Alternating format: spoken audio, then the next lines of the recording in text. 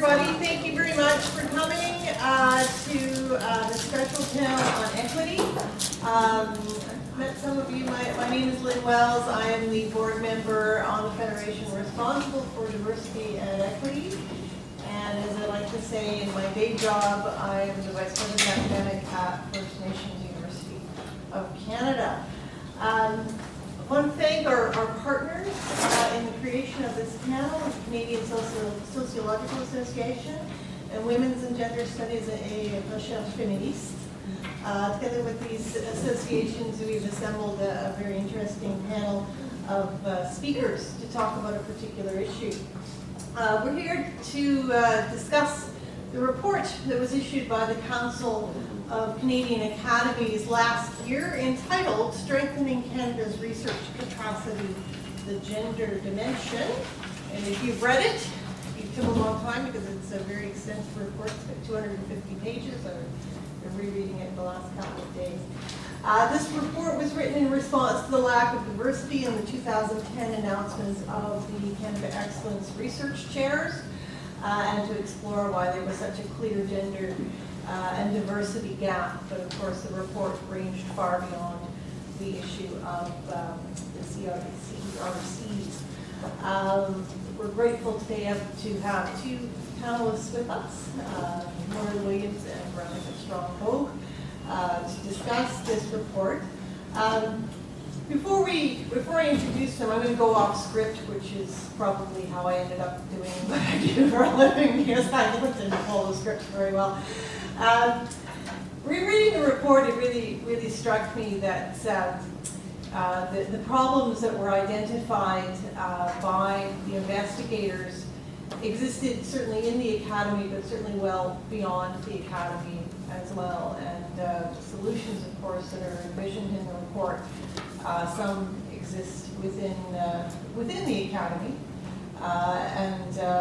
In my work as an academic administrator over really about the last decade now, certainly I've been trying to address gender diversity issues in the academic setting. There are some things that are within our powers as academic administrators. There are some things that are within our powers as faculty colleagues as well, including the encouragement of equity candidates to apply for full professor.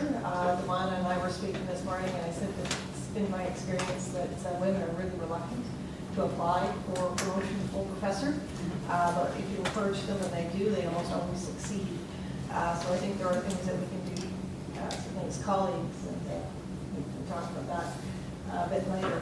But the other side of the report really speaks to changing the culture around us, which is a project in which we've all been engaged in probably since about Mary Wollstonecraft. We have a ways to go, but certainly the work of the Academy is very influential on what happens in the culture around us. So there are lots of issues to discuss. As I said, it's a very rich report. It's a very extensive report, and I'm grateful to our two panelists for coming to discuss this today. They were both involved in the creation of the report itself. Now I switched orders on this, so I changed the page here. Lorna am I getting close? Pretty good. Williams is from a Lil'wat First Nations person from the Schlachtian First Nation. She is currently Associate Professor and Canada Research Chair in Indigenous Knowledge and Learning in the Faculty of Education and the Department of Linguistics at the University of Victoria. And I was grateful to Lorna. She was actually working on a review of the Languages and Linguistics program at my home institution right now. She's formerly the Director of Aboriginal Education at the University of Victoria. She's an educator with many years of experience in Aboriginal education, Indigenous language revitalization, the effects of colonization on learning, and Indigenous ways of knowing. She was invested into the Order of Canada, the Order of British Columbia for her work in education in 1992, and also chair of the First Peoples Heritage, Language, and Culture Council. So let Lorna speak now and introduce Veronica. We're going to speak the other way around. I did it wrong. I knew I would. I had a 50-50 chance of getting it right, and I got it wrong. Okay, our first speaker then is Veronica Strong-Boag, who served on the expert panel for this study. She's a Canadian historian specializing in the modern history of women and children in Canada, and is currently a professor of women's history at the University of British Columbia at the Institute for Gender, Race, Sexuality, and Social Justice and the Department of Educational Studies. She has served as president of the Canadian Historical Association and was elected a fellow of the Royal Society of Canada in 2001. In 2012, she received the Canada Prize in Social Sciences for her book, Fostering Nation, Canada Confronts Its History of Childhood Disadvantage from the Federation of Humanities and Social Sciences. So we'll begin with Veronica. Thank you. Thank you. Well, thank you very much for the invitation. And of course, Karen did much of the work about gathering us here. We were supposed to be a somewhat larger crew. There would have been somebody representing perhaps another part of the panel. The panel was, you will not be told this, and we're not particularly supposed to speak about it, but the panel was very divided. And I found it certainly, and I've had many frustrating experiences in my academic and scholarly career, gnashed my teeth many times, swore many times, and felt embattled many times. And this panel, coming close to my retirement, followed very much in that tradition. It was a terrible experience. And what I find very interesting is that the report has actually been received very positively. Oh, look, you know, they're telling us how difficult it is and the various steps that need to be done to address issues of equity. Because we only have to look around our universities to know that equity is still far from a guest. And that the foundations of inequity in our society, I think, need to be looked at far beyond any report on research and scholarship. We can't see research and scholarship out there and talk about equity without seeing what's happening on the ground. And I'm sure Lorna will say more about this. And Lorna and I weren't alone, but probably we were in the smaller group who were not happy with the way things went. And I recommend the talk that some of us just heard from Mary-Ellen Turpel-Lafont, who reminds us of how many children's opportunities are curtailed brutally far before they get thinking of a research agenda or research equality. And that's where we need to start. But the universities need to do a much better job than they have. And indeed, I think feminist scholarship and scholarship, anti-racist scholarship, has much to offer. And that offer, which has been made by feminist scholars and anti-racist scholars for 30 years minimally, was not taken up, I think, in large part by the panel, despite the fact it was urged upon them, not only by Lorna and myself, but by a number of other people on the panel who would, I think, share our frustration. One of the things that I found most frustrating in being on this panel, which took up a year and a half of my life and a year and a half of fairly intense effort at various points, was that we had to ignore the fact that this panel was emerging in the context of a surge of neoliberalism and the new right. And that we were working on something around equality and social justice that we knew this government was fervently opposed to. And this was the big elephant in the room that we actually had to ignore because we had a mandate from the Ministry of Industry to investigate why there were no, why female CRCs and super CRCs, why weren't they there in large numbers? From a government that has been busily dismantling equity every chance it gets. This is very difficult, of course, for the Council of Canadian Academies to deal with because their funding comes in one form or another from the federal government. And some of the folks who are there, I think, are creatures of the federal government in one form or another, and are good what I have always called wishy-washy liberals. So that it was very frustrating that we had to ignore the culture of silence, low expectation, curtailment, and even threats of reprisal that I think were not very far from what we had to think about. So that it was right from the beginning, it was a seriously compromised enterprise. And we did have these debates about resigning. We debated this back and forth: resign, not resign, stay on. I don't know. I'm still not sure that we made the right. I made personally the right decision.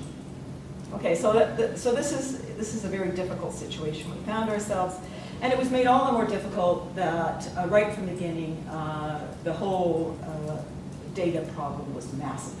We've all, I think, in this room know the problem with the elimination of the long census, Well, any of us who've worked on gender in any of its manifestations and race know that we don't get the longitudinal data that we want.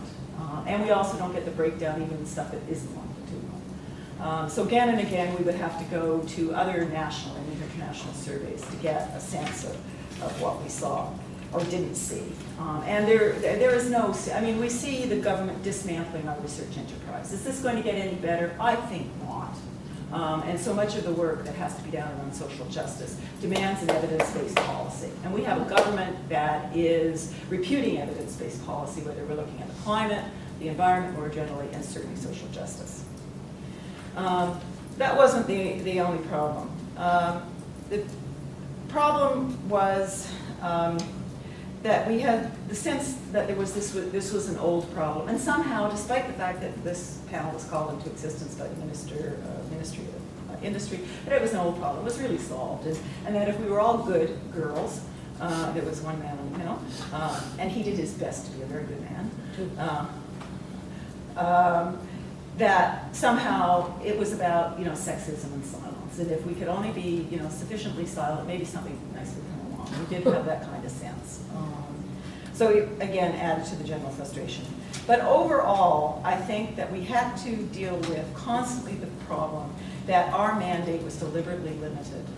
And it was limited by the government in the first instance, by the Council of Canadian Academies in the second instance, and by the people who ran the panel, neither of which were Lorna or myself, neither of whom rather were Lorna or myself, that we were not allowed to do what feminist and anti-racist scholarship has been telling us we all must do for 25 or 30 years, is that intersectionality, plurality, multiple identities, that you cannot talk about women as an uncontested category, that one has to talk about race and ability and age and so on and so forth.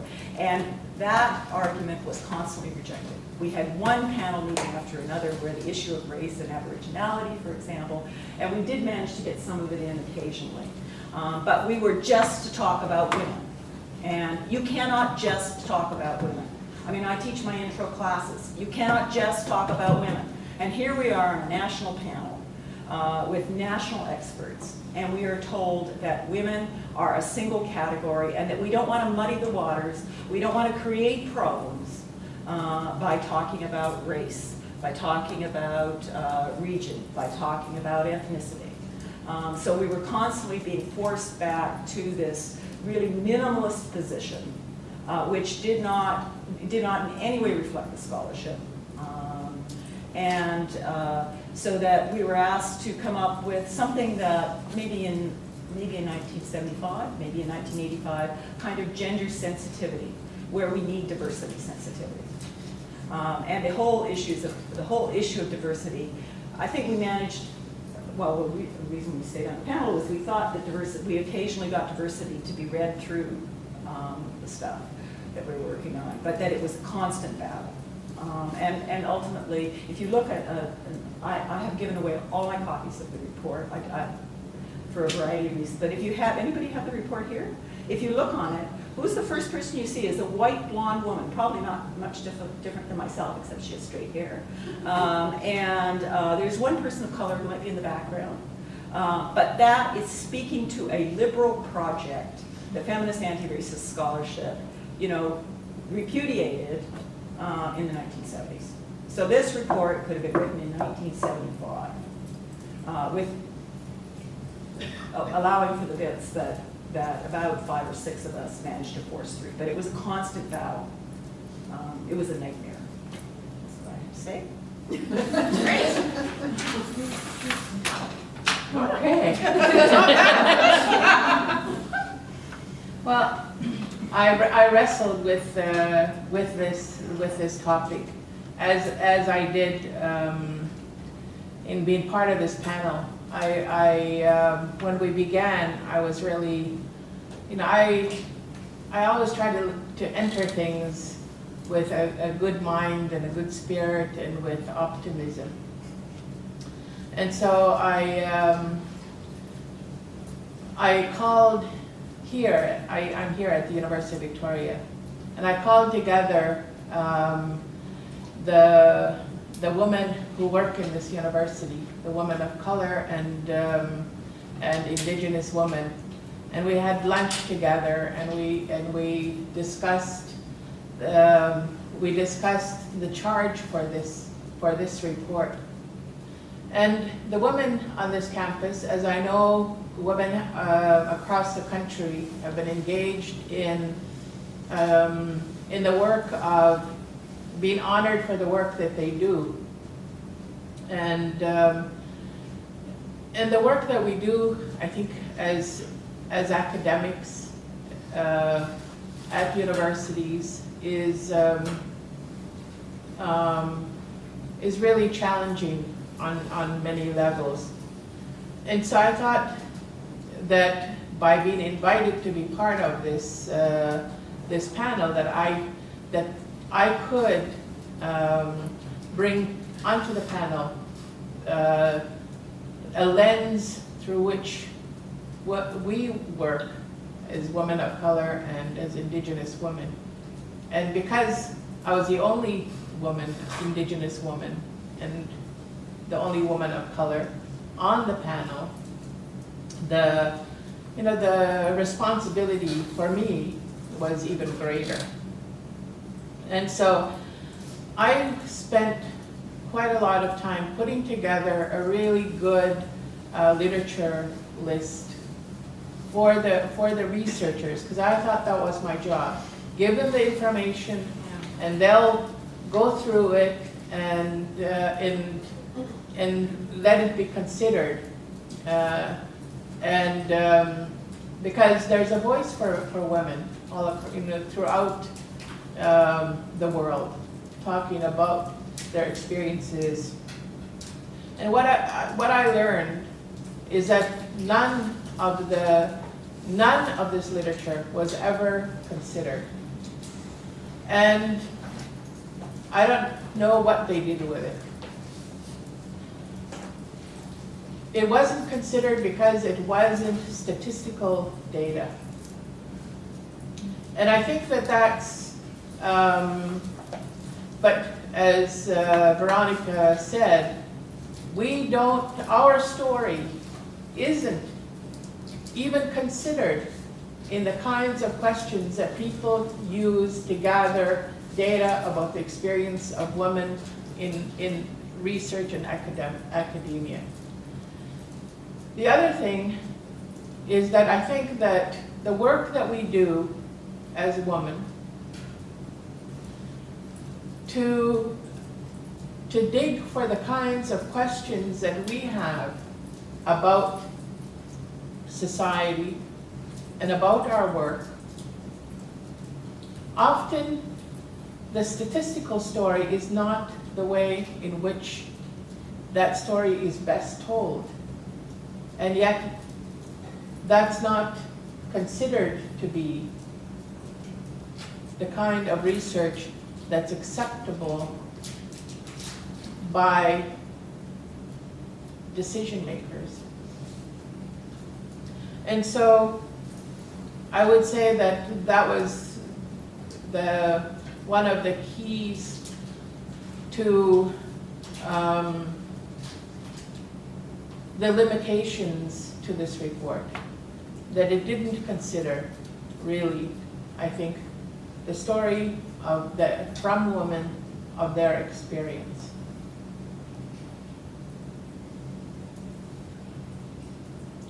The question asks, so what can this report do to address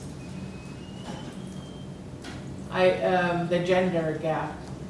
First of all, I want to say that probably I'm the worst person to ask about addressing gaps, because it seems that the idea of gap means that we don't measure up. And that word is used when we talk about Indigenous learners. We're always talking about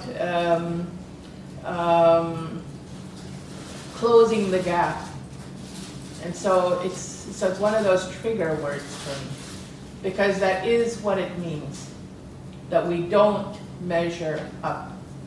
We don't measure up to the standards set by white people. And it's a similar thing, I think, with women.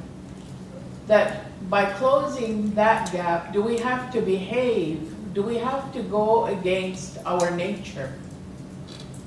And the gift of being women and seeing the world through the eyes of women, of being a woman.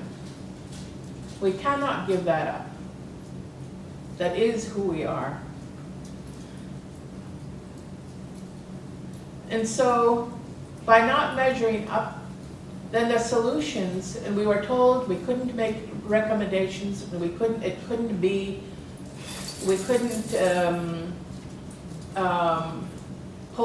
pose any solutions.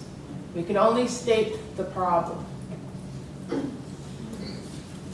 But, of course, that's where people go, is what can be done about this. And since the report, what I've heard is that, women don't, there's a disparity in the salaries because women, when they advocate, don't know how to advocate for themselves, is what I've heard. And so women have to be fixed to learn how to push themselves forward and advocate for themselves for the same pay rate as their male colleagues. So it sets it up just like in Indigenous, the education of Indigenous people. It sets it up so that we're the ones to blame. We've created the inequity.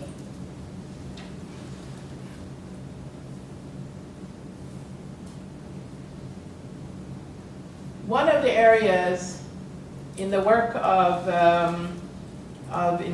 Indigenous women scholars, and yes, and what I was told at one meeting when I was trying to ensure that our story was going to be part of this story, I was told that, the only data that we have shows that there are more Indigenous women than Indigenous males in the academy.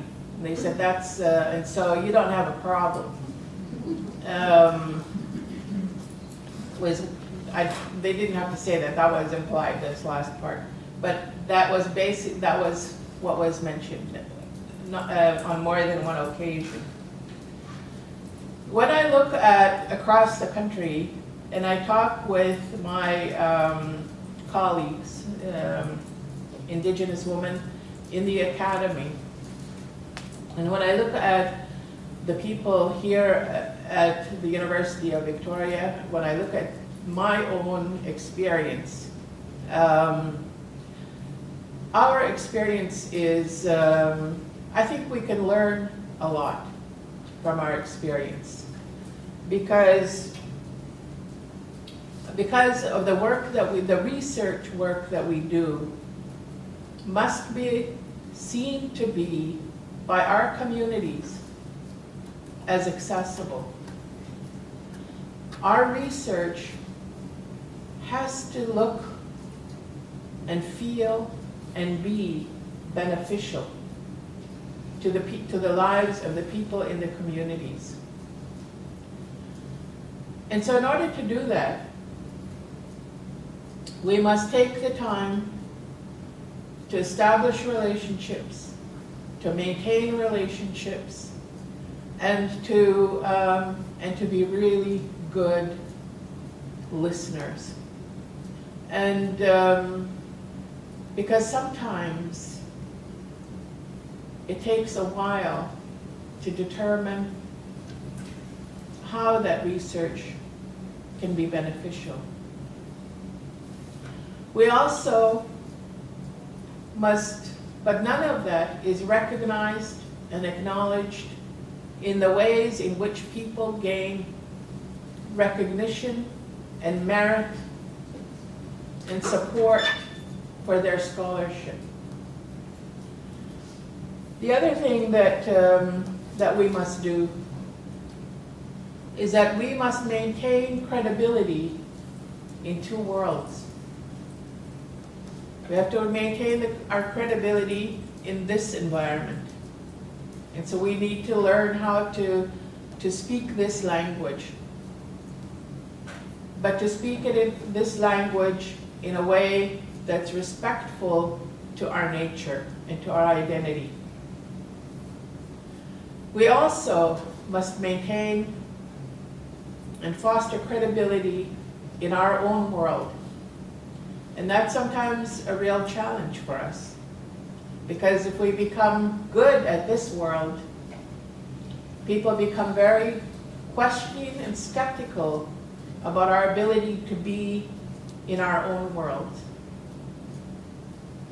And to a certain extent, I believe that that's the same with women. And your credibility, it's all right. I'm not angry yet.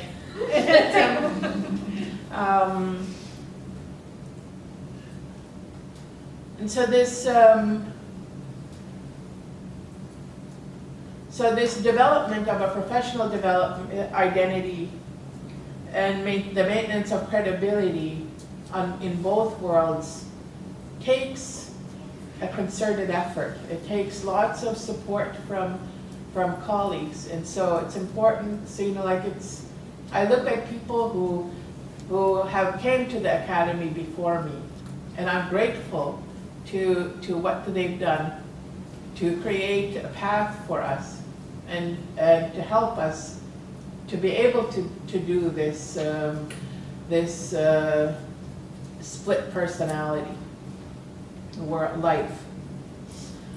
The other, and so we've needed mentoring.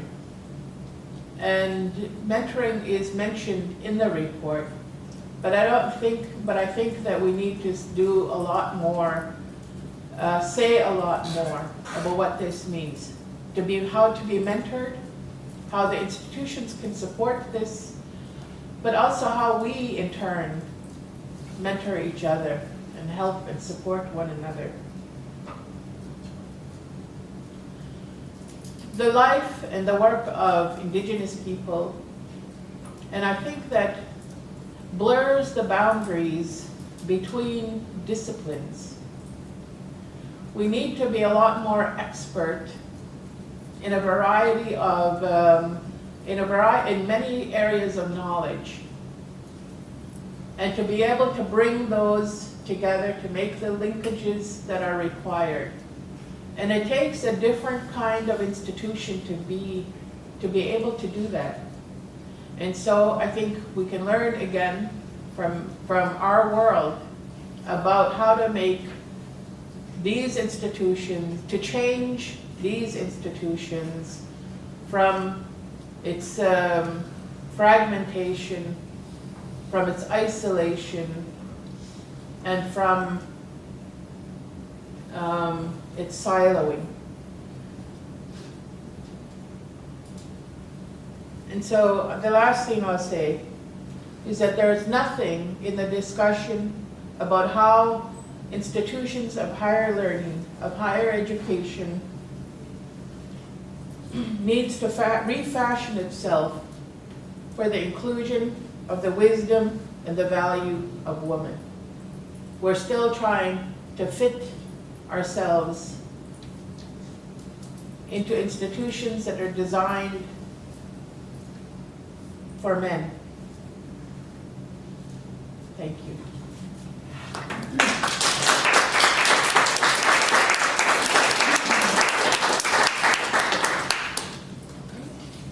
Thank you very much, Veronica and Lorna. And I have to say I'm enormously relieved because I really didn't like this report. And when I read it, I thought, goodness, I'm going to go up on this panel with these two women who helped to write this report, and I am not sure what I'm going to say about it, because Veronica, what you said about it sounding like 1975, that's exactly my impression of it. So I'm heartily relieved. And now I can ask the sorts of questions I would really like to ask. So, good. I have two questions, and then I'm going to just open it up to the panel. I'll ask them both. I'll let you put them together. What damage has been done by this report, and what report should have been written or should be written?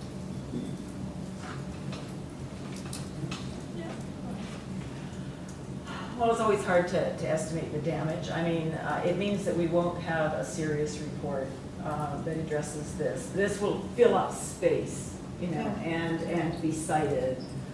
Although if you look at it carefully, it does show that there's a terrible history, and there's much remains to be done. So if you look at that, but it's taking up space. I think that, what was your second question? Sorry. What kind of report should have been written? What kind of, well, and I think that there was a number of us on the panel who thought that some members of the panel should have been given an intro course in anti-racist feminist methodology. And I speak this as a historian, and we don't actually deal much with methodology. But what we needed to do was, we had continuing discussions about the two basic things that I teach in the Intro to Women's Studies, intersectionality and positionality, and that you cannot understand the world unless you understand those two things. They didn't accept intersectionality as anything that we had to address. So there's sort of one major problem right from the beginning. And the other thing is, we kept having an argument about objective science. So that we had several people who were, and Lorna made mention of it, who basically said that science was objective and that women just had to do this, or women and folks of color and Aboriginal folks with disability, everybody else had to do the kind of objective science that was being produced at the universities. And so we said, well, what do you mean objective science? We know that folks produce work that they're encouraged to produce by a whole variety of factors around socialization. We know this, that they can see the world in a certain kind of way, and that was not accepted. I mean, I was thinking, like, I teach this to 18-year-olds, and so part of our time was just in these really frustrating exercises, where certain fundamentals of what several of us, more than just Lorna and myself, came to the table with, were just not accepted. So I don't know how you can get, I mean, it was just this incredible disjuncture between where scholarship is and where that panel was being directed. It was amazing. I was amazed at their terrible adversity. I expected it to be difficult. I didn't expect it to be terrible. Thank you, Veronica. What are your questions again? What damage has this report done, and what kind of report should be written?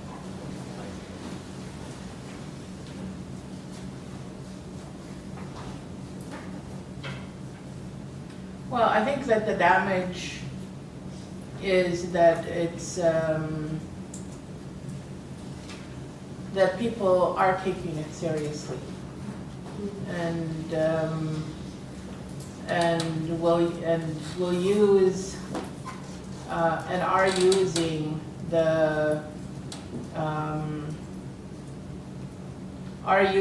what the report has said, and that is that that there's a small gap in the salaries of males and the salaries of women, and women will just need to know how to advocate for themselves. And so let's teach women how to advocate for themselves, so that they get parity. And so that the shift so it shifts, in a sense, the focus of what needs to happen at universities and the kinds of changes that can be made to those kinds of exercises. I think that's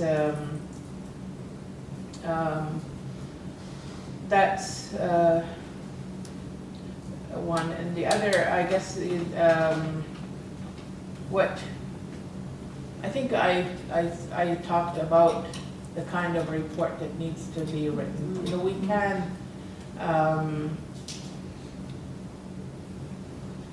the experience for me, I've been a participant now on a number of initiatives in which people wrestle with how to include the lives of and the experiences of Indigenous people, Indigenous women, and people of color. In you know, and every one, I think I've learned how to get that story in there, and there's lots and lots of work that needs to be done in this area.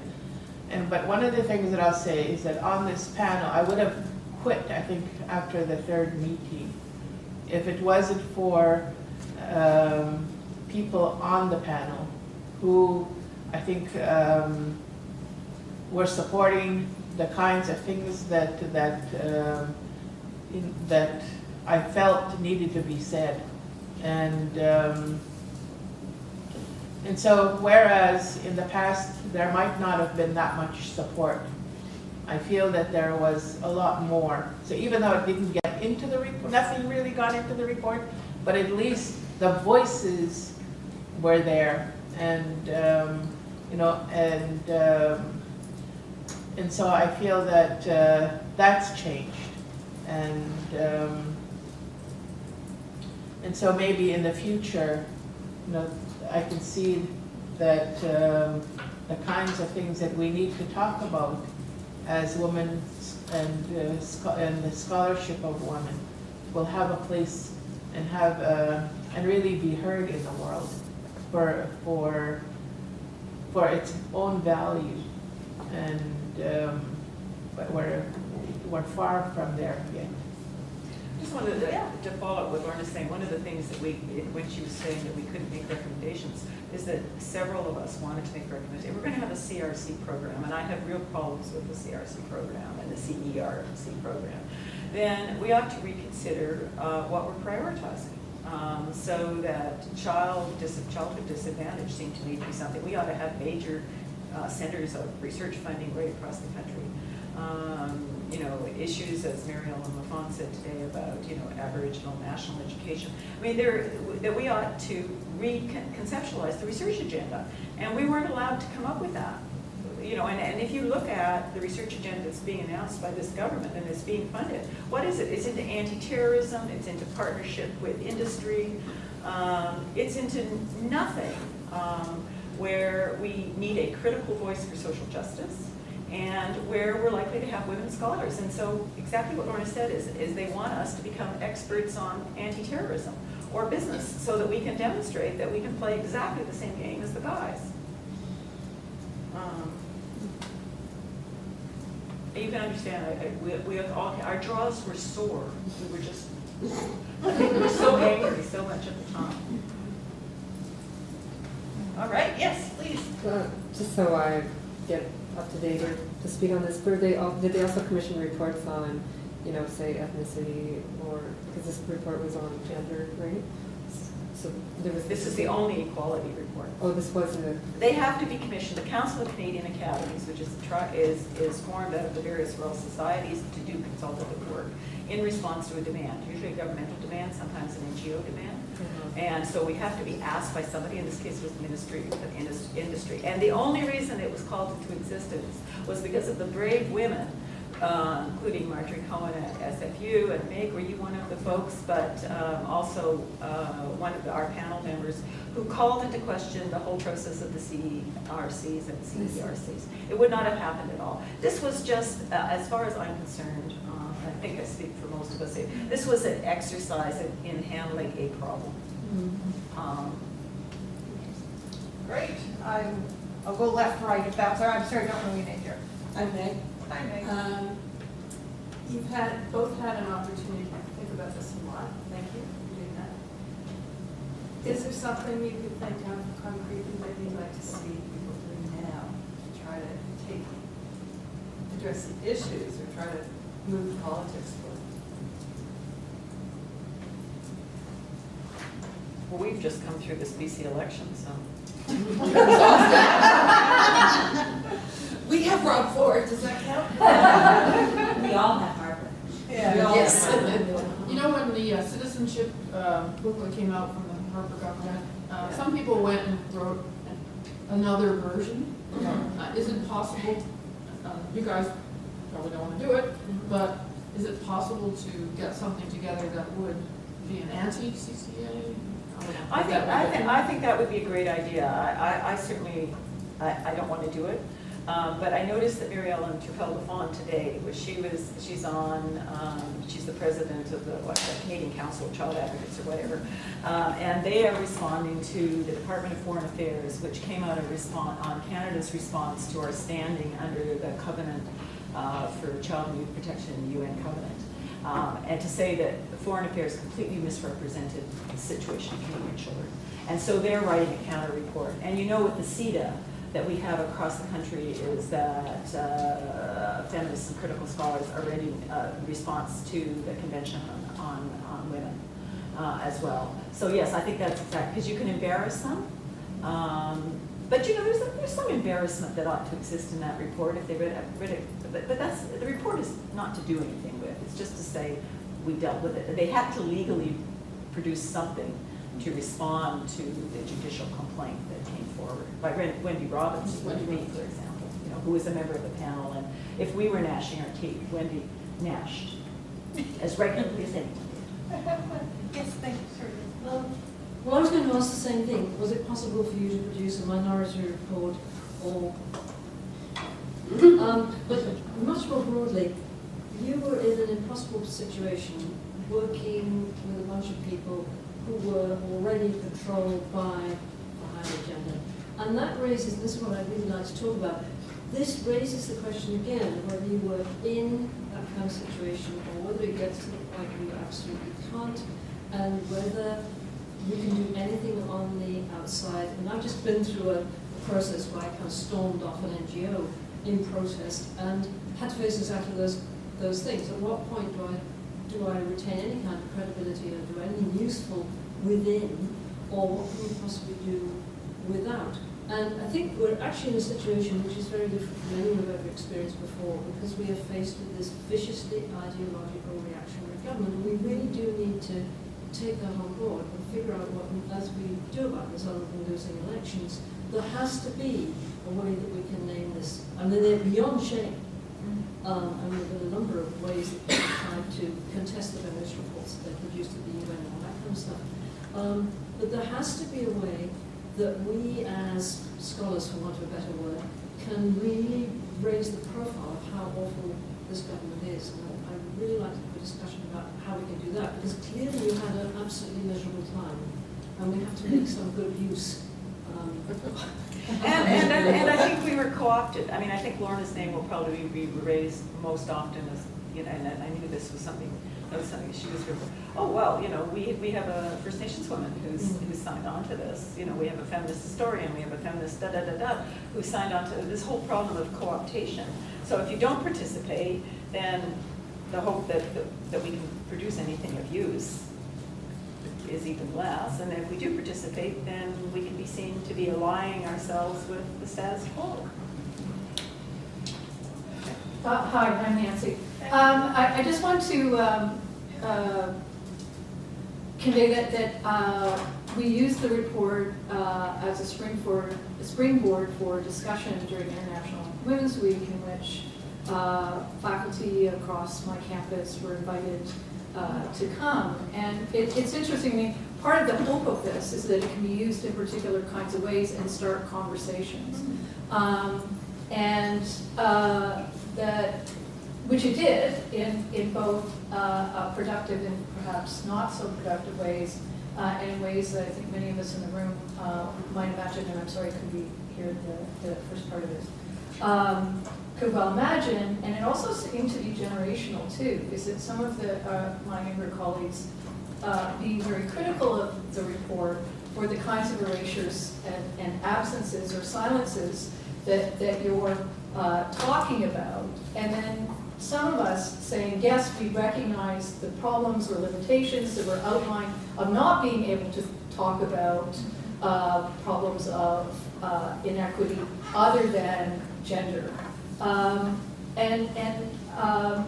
Can't we, at least can elements of this, or that parts of this report are really useful and can push us to further talk about what some of these things might look like if we did have a more intersectional analysis, however we want to call that, as part of it. And all I'm trying to say is, I think it can be used in helpful ways at a local level, and that certainly as a means of looking at specific policies within institutions, as well as having sometimes difficult dialogues about, which many of us here have been a part of for a really long time, about how do you talk about women and forms of gender inequity, as well as being attentive to these other kinds of factors. And I just think it's really difficult. I think it was an attempt to buy us off. I mean, Really? there's a lot of money in this report. Yeah, I think it produces some of the utility. I'm glad to hear that it produced a conversation. Yeah. But, you know, for the amount of money, I mean, it's like the $33 million that we used to publicize the War of 1812.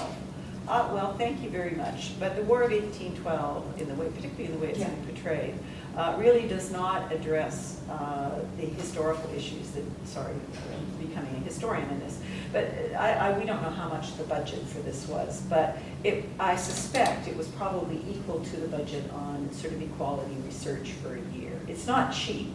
I mean, none of us got paid. I mean, the folks who were members of the panel, we didn't get paid. But that we had the research resources of Council of Canadian Academy, and there were various folks around who were being paid, and there was travel budget, so it wasn't cheap. And if one, I mean, there are urgent issues around equity that it must have cost $200,000. Yeah, well, yeah, there's much better ways to spend money, you know, to get at issues of social justice and equity.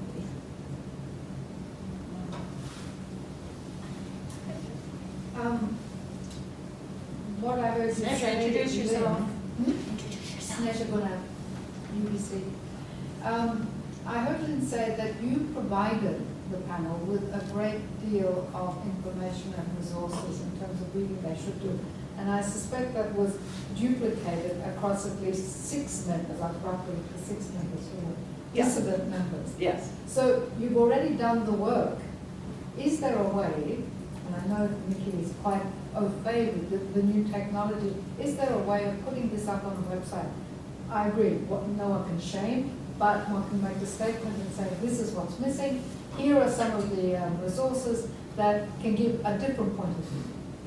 And it's the work, not asking you to do more work, but actually using the work that you put in for 1.5 years. So this is more work. Is there some way of doing that? On which website?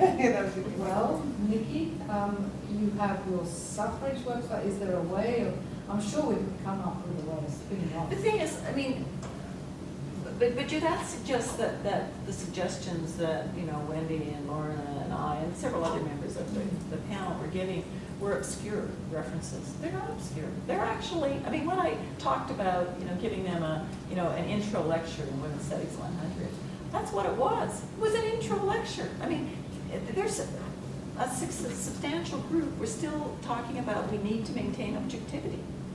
I mean, where do you start? I can give them, you know, basic stuff on, you know, the fallacy of objectivity, or intersectionality, how there is not, you know, a single woman. Who's the single woman in this room? Let her stand up, please, or a single man. You know, it was really, there was this core basic disagreement that we couldn't get past. And so we were all producing bibliographies that most of you in the room would, you know, have some sense to. I mean, this was not obscure. This was not rocket science we were asking you to embrace. No, not in that sense, but just say one could produce, the group could produce a 10-page document to go up on the web, to be hyperlinked to these bibliographies, merely as a manifesto or a statement of absence. You know, this is what did not inform the report. Right? It's not really, it's not about basic pedagogy, it's actually about making a statement about how ill-informed, because many of us will recognize that, how ill-informed, and here are actual, resources that show it. This report was just amazing. You also realize that Lorna and I are speaking in some ways out of turn here, because we did sign agreements around a kind of compliance. I don't remember what compliance exactly, but an agreement. There was a great deal of debate about signing anything.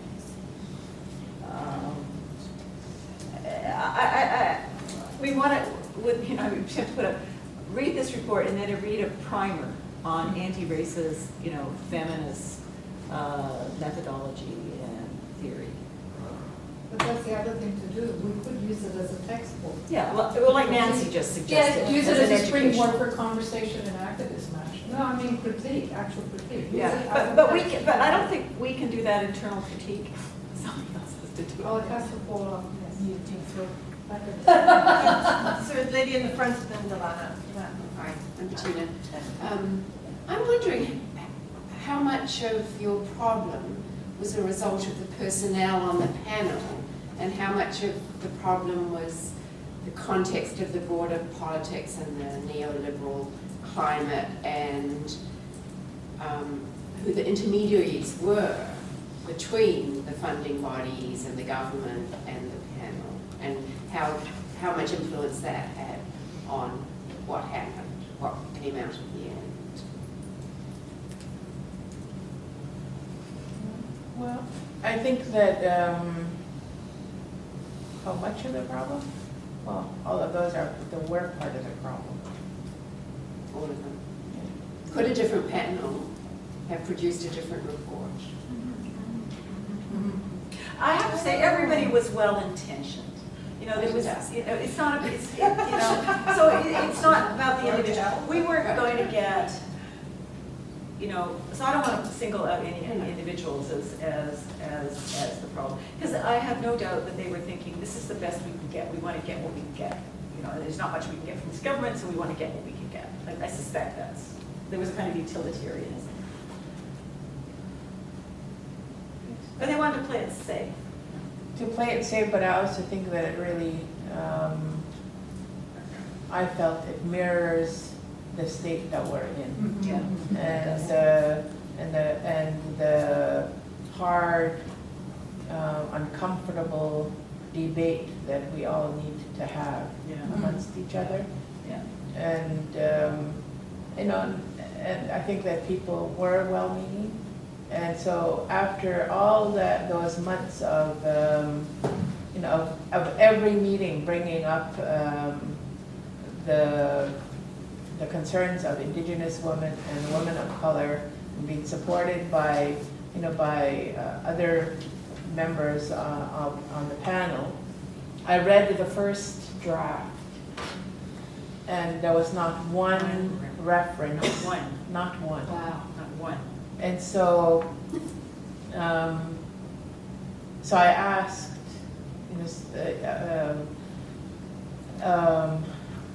I said I did a search and there's not one word. And at this meeting, and at this meeting, and at this meeting, this is what we agreed. Yeah. And finally, there was something, but I think that there's such.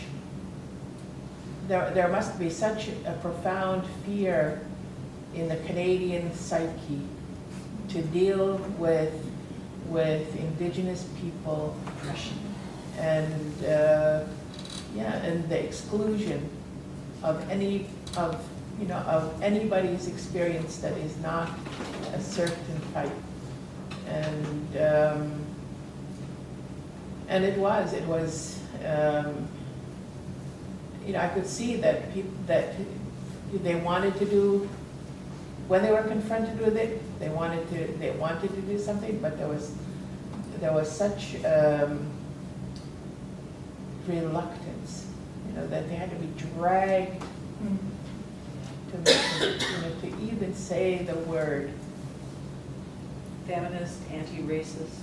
They wouldn't even say those. Dolana and then Gail. Thank you. Thank you for your candid talk and really appreciate your analysis and insights.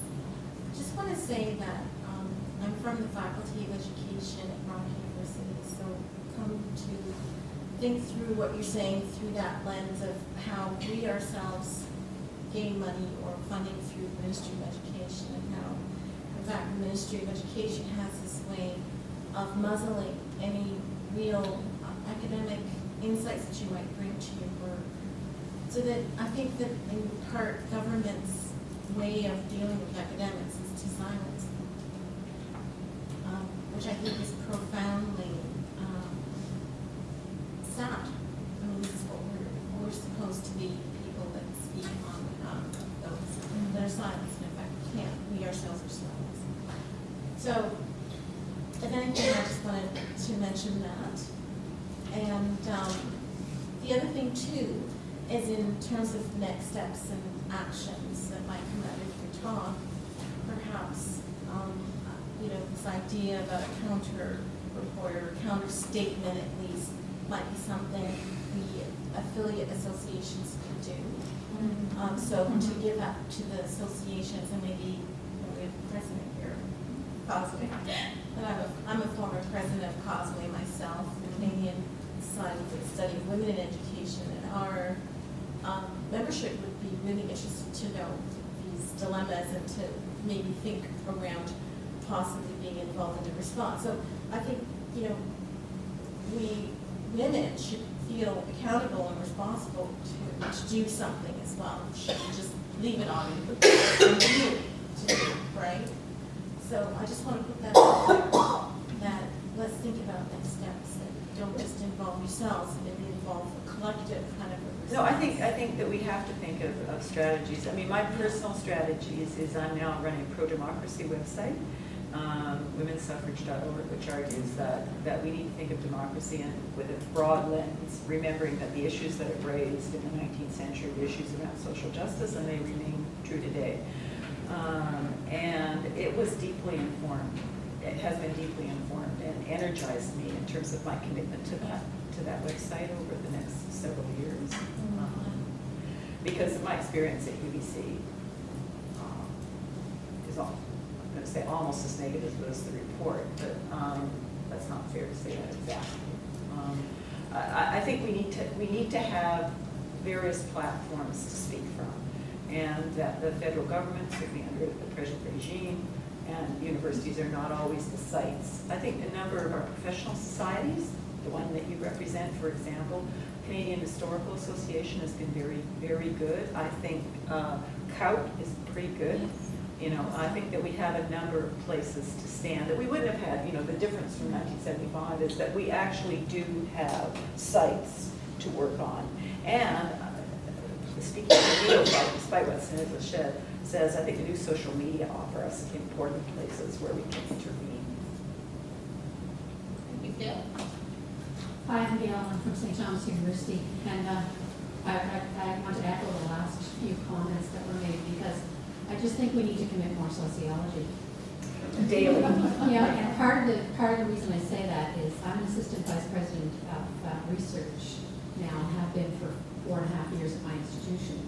And there's a way in which, I used to be a faculty union president, and there's a way in which I am sure the administration, I was pushed by the union to take the position. There's a way in which it shut me up. Not me personally, but there's a way in which the position shuts me up, so that I can't speak to this or I can't speak to that.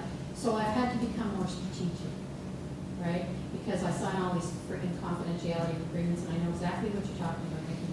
And one of the things that I've come to is that the forum, the federal government, that's not the forum. That's not our platform. That's not how women get shit done. Never has been. It's through our students, it's through our networking, and you mentioned social media. I've got students now, even though I'm not teaching, I've got students now that I can feed information to, and they'll go haywire with it. There's people who are doing blogging. There's Idle No More. There's other platforms that we can make our presence known. And one of the things I have learned in this position is that governments, provincial provincial and federal, are terrified of students. They somehow believe that students vote. They really believe that, the boys really believe that, so terrify them. Say that there's this many voters, or get those voters out there. All students have to do is hold one protest, and university administrators and politicians are shaking in their boots. So they can ignore the women, but they don't ignore the students. And you know, a large majority of those students are women. So I say just use the platforms that we've always used with a bit more sophistication, you know, than we used to have. Because this is just getting old. We're all getting old, and this is like, I've been a feminist for 30 years, and I am so pissed off to see patriarchy reproduced everywhere I go. It's enough to make you crazy, which is, of course, exactly the anticipated ending. Right? But I guess it's, you know, I often say to students who are really, really angry, it's like, don't get angry, get strategic. Get strategic, figure out what has to be done, and do it. And I think that's the only way. If it's a letter to the editor, I mean, that's where Gloria's Time started. If everybody just wrote one letter to the editor every week, things could change. So it's like whatever you can do in your small corner of the universe, do it. I just wanted to take a small issue with something I think might be important. It's not that they're not afraid of women, and they are afraid of students. They're afraid of anybody who mobilizes. Yes, yes. Oh, I think we should support Idle No More on the 99% movement. I mean, I think that's where the best possibilities of, you know, forcing change. Well, CAUT is a good vehicle as well. Oh, yeah, our professional associations that Yeah, all are the special supportive. associations, but and I will more in the ways that we can support that platform. Okay, perhaps a smaller practical question. I'm a little unclear on, you folks were part of the panel, and then who did the actual drafting of the written work? Because I'm curious about some of the structures and how that feeds into the conflict you were describing. It was the staff of the, what's the name? Council of Canadian Academies. In response to comments made during the meeting? So there's a research director and there's a chair. The research director and the chair are very influential in designing the report. There's a number of, then you have, probably had about 6, essentially research associates who went out there. There was a great deal of controversy about what research could be done. And as Lorna mentioned, if it wasn't statistical, then it wasn't valid. And then there was discussions about, you know, interviews. Well, I mean, we got into long discussions about that. So there were decisions about that. And then we would write various sections that would be rewritten and then disappear. So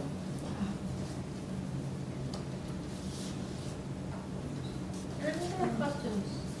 And the irony is that, you know, the Canadian long census no longer is, so we can't have the statistics that they're saying that they won't.